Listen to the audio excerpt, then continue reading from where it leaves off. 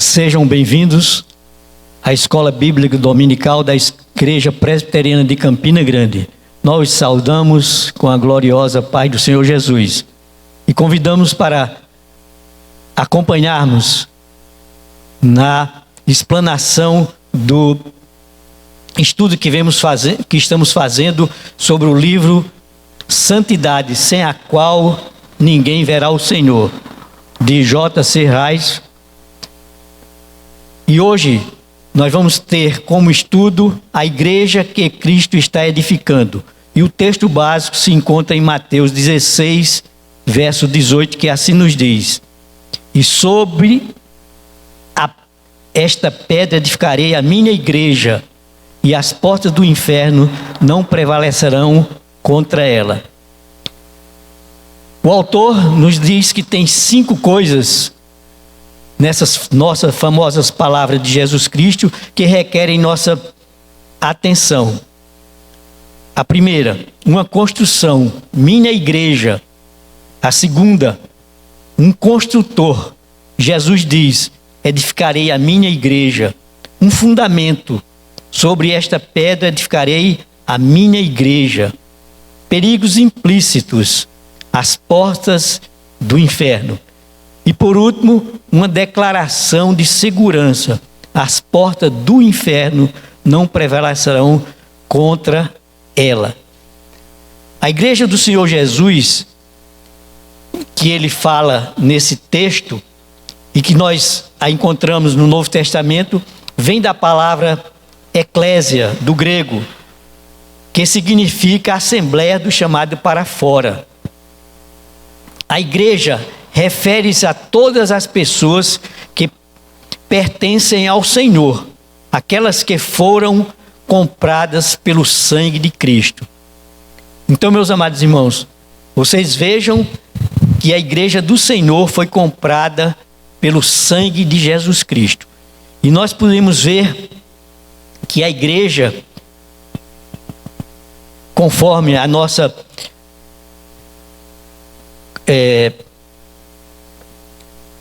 teologia reformada, nós podemos ver que a igreja é invisível.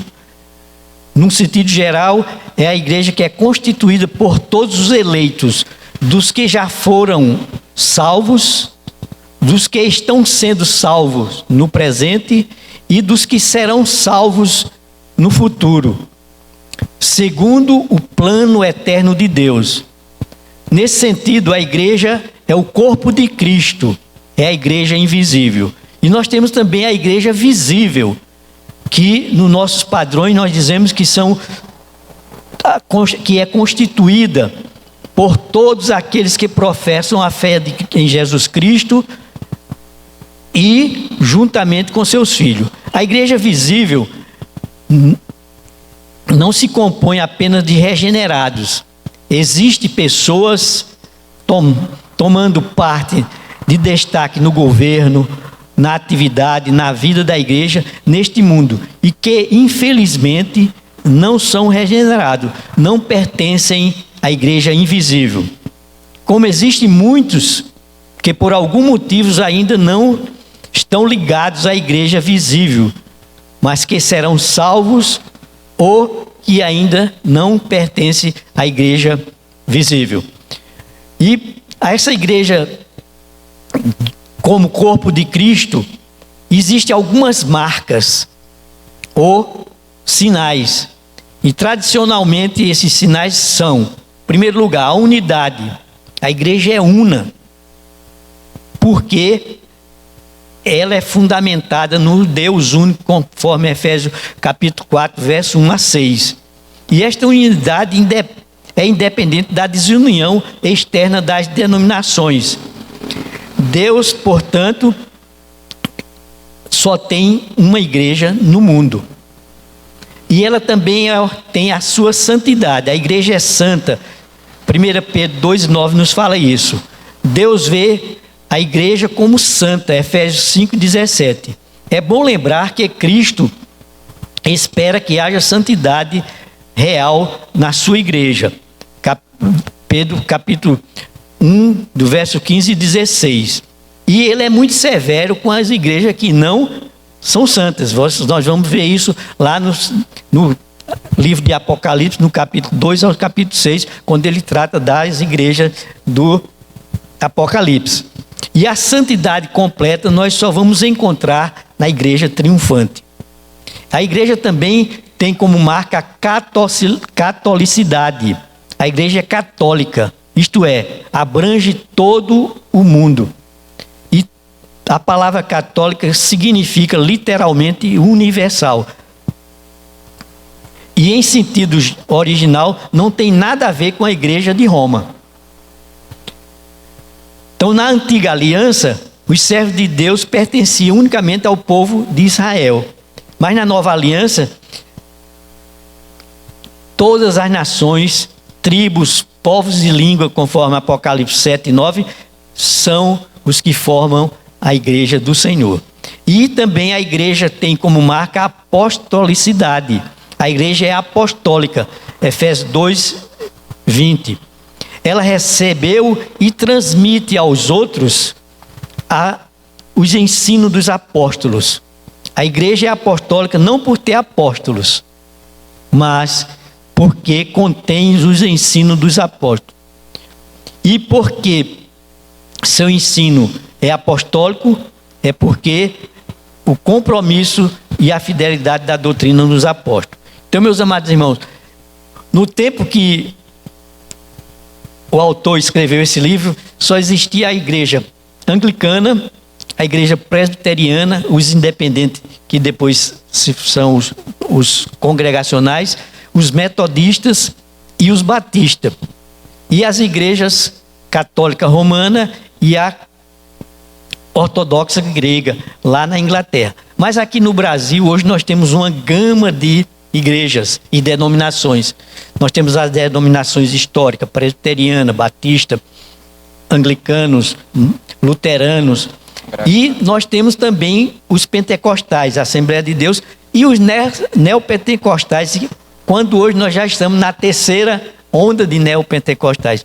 E, meus amados irmãos, conforme nós já vimos aqui, nós temos 5 coisas a tratar nessas famosas palavras ditas por Jesus Cristo. E sobre esta pedra edificarei a minha igreja, e as portas do inferno não prevalecerão contra ela. Irmão Jefferson, nós estamos aqui hoje com nossos 2 amados irmãos Jefferson, que é seminarista do Seminário Presbiteriano do Norte, e o nosso irmão presbítero Mário, que é professor da Universidade Federal de Campina Grande, membro da Academia Paraibana de Letras, membro da Academia Paraibana Evangélica de Letras e membro da Academia Presbiteriana, a Academia Campinense de Letras e presbítero da Igreja Presbiteriana de Campina Grande. Vocês vão nos ajudar na explanação desse tema tão importante para os nossos dias hoje. Jefferson, o primeiro tema é um construtor. Jesus, edificarei a minha igreja. Que igreja é essa, Jefferson, que Jesus está edificando? É interessante que o senhor falou sobre a gama a explosão denominacional que existe nos dias atuais. E é interessante porque quando Jesus fala minha igreja, ele não está falando de templos físicos, ele não está falando de nome de igrejas, ele não está falando de nada material, mas ele está falando de uma igreja, como o presbítero Tadeu falou, uma igreja invisível, uma igreja espiritual. E essa igreja, ela é composta com crentes verdadeiros, crentes genuínos, aqueles que verdadeiramente se converteram dos seus maus caminhos, se arrependeram dos seus pecados, e eles foram confrontados pelo Espírito Santo e regenerados pelo Espírito Santo. Então, esses crentes é quem compõe a igreja a qual Cristo está se referindo, a qual Cristo diz, a minha igreja. Então, essa construção feita pelo Senhor Jesus, ela é composta por aqueles que são crentes verdadeiros, crentes genuínos, é composta como o rebanho do Senhor, é composta como a noiva do Senhor, o corpo de Cristo, como o presbítero falou, ela é feita daqueles que foram eleitos e que hão de ser salvos no dia do Senhor Jesus. Já são e ainda vão ser salvos no dia que o Senhor Jesus voltar. Essa igreja é católica porque ela existe em todo o mundo. Ela é composta por pessoas negras, brancas, homens, mulheres, crianças, idosos. Ela abrange todas as nações. Ela não é mais só para Israel, mas agora para todo mundo. Todos aqueles que genuinamente ouviram a palavra do Senhor e se converteram, eles fazem parte dessa igreja, dessa obra feita pelo Senhor, essa construção a qual o texto se refere. Então, esse texto se refere à construção que é composta desses crentes genuínos. Irmão Mário, e a quem essa igreja está subordinada? Graça e paz, um privilégio estar participando desta mesa tão abençoadora. Essa igreja, ela é comandada pelo nosso Senhor e Salvador Jesus Cristo. A palavra de Deus diz que Ele é o cabeça da igreja. Ele é aquele que a constituiu por intermédio da sua vida perfeitamente santa e obediência à lei de Deus, pela sua morte substitutiva, expiatória, sacrificial, quando Ele entrega a sua vida por cada uma das ovelhas que fazem a sua igreja e que lhe foram entregues pelo Pai antes da fundação do mundo, e pela sua ressurreição.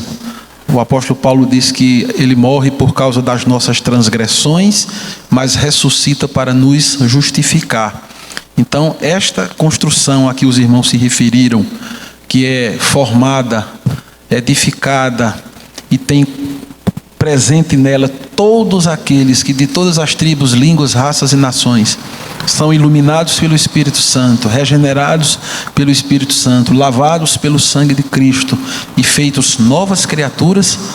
Essa igreja tem como o seu comandante maior, como o seu grande general, o seu cabeça, o seu Senhor, o nosso Senhor e Salvador Jesus Cristo. E quais as promessas que nós temos desse construtor para essa igreja que ele está construindo? Irmão Mário. O Senhor Jesus Cristo promete que todo aquele que nele crê não perecerá jamais, mas tem a vida eterna. Todo aquele que nele crê já tem a vida, e a ira de Deus não mais recai sobre ele.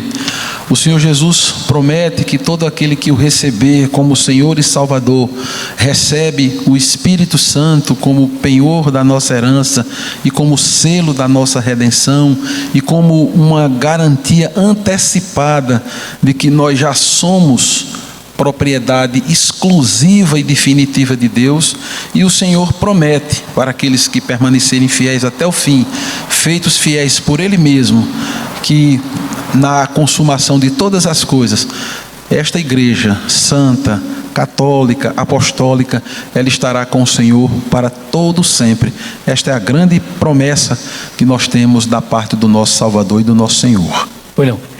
É verdade, a verdadeira igreja, ela tem as promessas graciosas do Senhor Jesus, de preservação, de continuidade, de proteção e de glória final. E para concluir essa parte, nós vemos que a igreja do Senhor, ela se reveste de todo o poder e autoridade que Jesus Cristo recebeu e transmite à nossa igreja atual que Ele está construindo. Mas vamos passar ao outro ponto, que é que essa igreja está sendo construída, tem um construtor, porque Jesus disse: edificarei minha igreja. Quem cuida dessa igreja? Mário. Na carta de Pedro, no capítulo 2 e no versículo 4, o santo apóstolo Pedro nos diz assim: chegando-se a ele, referindo-se a Cristo, a pedra que vive, rejeitada sim pelos homens, mas para com Deus eleita e preciosa, também vocês, como pedras que vivem, são edificados casa espiritual para serem sacerdócio santo, a fim de oferecerem sacrifícios espirituais agradáveis a Deus por meio de Jesus Cristo. Então, o Senhor Jesus Cristo, que é o construtor desta igreja, que é o fundamento desta igreja, é aquele que cuida dela